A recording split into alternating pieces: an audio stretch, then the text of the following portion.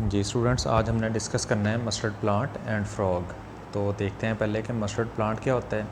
हमने पहले भी पढ़ा था कि मस्टर्ड प्लांट जो है एक मल्टी सेलुलर ऑर्गेनिज़म है। मल्टी सेलुलर ऑर्गेनिज़म क्या होता है? मल्टी सेलुलर ऑर्गेनिज़म वो ऑर्गेनिज़म है जो कि एक से ज़्यादा सेल से मिलके बना हुआ होगा। सेल्स मिलके टिश्यू बनाएंगे, टिश्यू बाद में मिलके ऑर्गन्स बनाएंगे, डिफरेंट ऑर्गन्स इकट्ठे होके एक ऑर्गन सिस्टम बनाएंगे, डिफरेंट ऑर्गन सिस्टम्स मिलके फिर एक कंप्लीट ऑर्गेनिज़म बनाएंगे। इसकी हमने दो एग्जांपल्स पढ़ी थी, एक फ्रॉग है और दूसरी मस्टर्ड प्लांट। फ्रॉग को हम एनिमल्स के लिए एज अ स्टैंडर्ड यूज़ करते हैं और मस्टर्ड प्लांट को हम प्लांट्स के लिए एज अ स्टैंडर्ड यूज़ करते हैं। तो मस्टर्ड प्लांट्स में कुछ ऐसे करैक्टरिस्टिक्स हैं जिसकी वजह से हम इसको एज अ स्टैंडर्ड स्टडी करते हैं। तो इसको एज अ स्टैंडर्ड यूज़ करने की क्या वजह है वो हम देखते हैं कि क्या है। तो मस्टर्ड प्लांट आमतौर पे इसको हम सरसों का फूल भी कहते हैं कि सरसों का पौधा है। तो जो इसका साइंटिफिक नेम है वो देखते हैं कि क्या है। इसका साइंटिफिक नेम होता है ब्रासिका कैम्पेस्ट्रेस, यानी ब्रासिका कैम्पेस्ट्रेस इसका साइंटिफिक नेम है। किसी भी तरह की कन्फ्यूजन को अवॉइड करने के लिए हमने जो डिफरेंट प्लांट्स के साइंटिफिक नेम्स रखे हुए हैं यूनिवर्सली, जो कि एक्सेप्टेड हैं और हर जगह पे वही यूज़ होते हैं। तो जो सरसों का पौधा है इसको हम स्टार्ट ऑफ द विंटर पे सो करते हैं, यानी कि इसको विंटर के स्टार्ट पे हम सो करते हैं, बोते हैं, और इसकी जो फसल है वो तैयार हो जाती है एंड ऑफ द विंटर के एंड तक इसकी जो फसल है वो कम्प्लीटली तैयार हो जाती है। फिर हम उसको काट लेते हैं। तो इसके जो फिर बीज बनते हैं, सरसों के फूल के जो बीज होते हैं उनको हम यूज़ करते हैं ऑयल एक्सट्रैक्ट करने के लिए। इससे ऑयल एक्सट्रैक्ट होता है और वो जो ऑयल हम एक्सट्रैक्ट करते हैं वो हम यूज़ करते हैं मेनली दो पर्पज़ के लिए। फ़र्स्ट वन, इसको हम हेयर ऑयल के तौर पे यूज़ करते हैं, बालों को लगाने के लिए यूज़ करेंगे। और सेकंड वन, इसको जो खाने के लिए भी हम इस्तेमाल करते हैं। जितना भी हमारे पास कुकिंग ऑयल बनता है वो ज़्यादातर मस्टर्ड जो इसके सीड्स होंगे इस प्लांट के, उनसे हम एक्सट्रैक्ट करते हैं और बाद में इसकी हाइड्रोजनेशन करके इसको कुकिंग ऑयल के तौर पे इस्तेमाल किया जाता है। अब हम देखते हैं कि जो मस्टर्ड प्लांट है इसकी ऑर्गेनाइजेशन किस तरह से हुई होती है। कि इसकी जो ऑर्गेनाइजेशन है उसको हम मेनली दो पार्ट्स में डिवाइड कर लेते हैं। एक होते हैं इसके वेजिटेटिव ऑर्गन्स और दूसरे होते हैं रिप्रोडक्टिव ऑर्गन्स। वेजिटेटिव ऑर्गन्स ऐसे ऑर्गन्स होंगे जो कि रिप्रोडक्शन में हिस्सा नहीं लेंगे, यानी वो रिप्रोडक्शन में पार्टिसिपेट नहीं करेंगे। इनका काम सिर्फ पौधे की सपोर्ट, मूवमेंट और ग्रोथ के रिलेटेड होगा।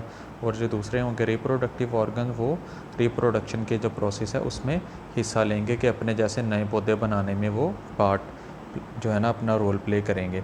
तो हम देखते हैं कि वेजिटेटिव ऑर्गन्स इसके कौन कौन से होते हैं। रूट्स होती हैं जो कि ज़मीन के अंदर मौजूद होती हैं पानी को जज़ब करने के लिए। फिर इसकी स्टेम आ जाएगी जो कि रूट से जज़ब किया हुआ जो पानी है उसको लीव्स तक पहुंचाता है और पौधे को सपोर्ट मुहैया करता है। फिर आ जाएंगी इसकी ब्रांचेस जो डिफरेंट शाखें होंगी, और एंड पे आ जाएंगे इसके लीव्स।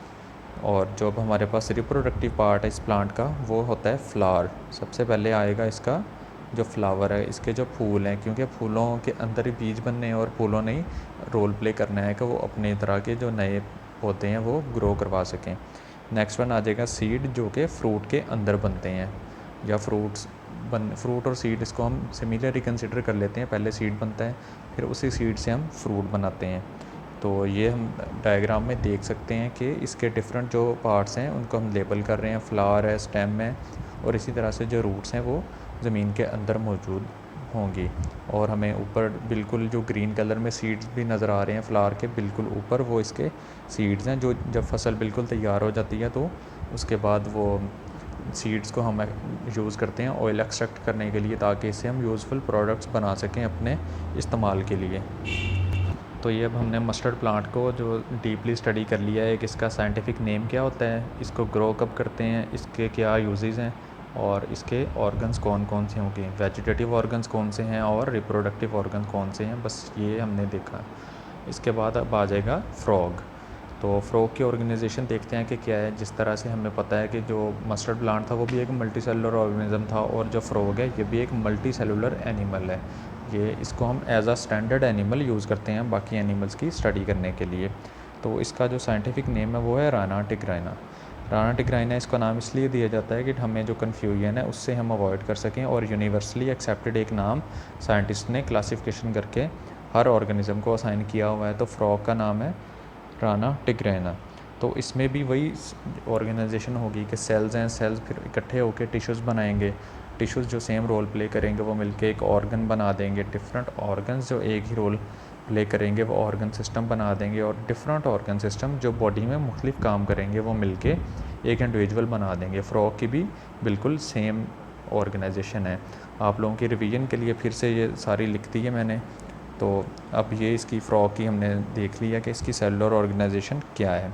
तो अब देखते हैं कि फ्रॉग में कौन कौन से सिस्टम्स होते हैं और कैसे रोल प्ले करते हैं इसको, इसकी बका के लिए, और इसको सपोर्ट एंड मूवमेंट वगैरह प्रोवाइड कैसे करते हैं डिफरेंट सिस्टम्स आपस में मिलके। तो जो फ्रॉग है ये जो एम्फीबियंस होते हैं उनकी एक क्लास से ताल्लुक़ रखते हैं। एम्फीबियंस क्या होते हैं? जो कि ऐसे जानवर होंगे जो कि पानी में भी रह सकेंगे और खुश्की पे भी रह सकेंगे। जी, अब हम लिख लेते हैं कि जो फ्रॉग है ये मल्टी सेलुलर ऑर्गेनिज़म है। मल्टी सेलुलर क्यों है? क्योंकि ये एक से ज़्यादा सेल से मिलके बना हुआ है, तो इसको हम मल्टी सेलुलर कहेंगे। और इसको एज अ स्टैंडर्ड यूज़ करेंगे हम एनिमल्स के लिए फ्रॉग को, क्योंकि इसको हमने डीपली स्टडी किया हुआ है, इसके सारे सिस्टम्स को भी हमने स्टडी किया हुआ है।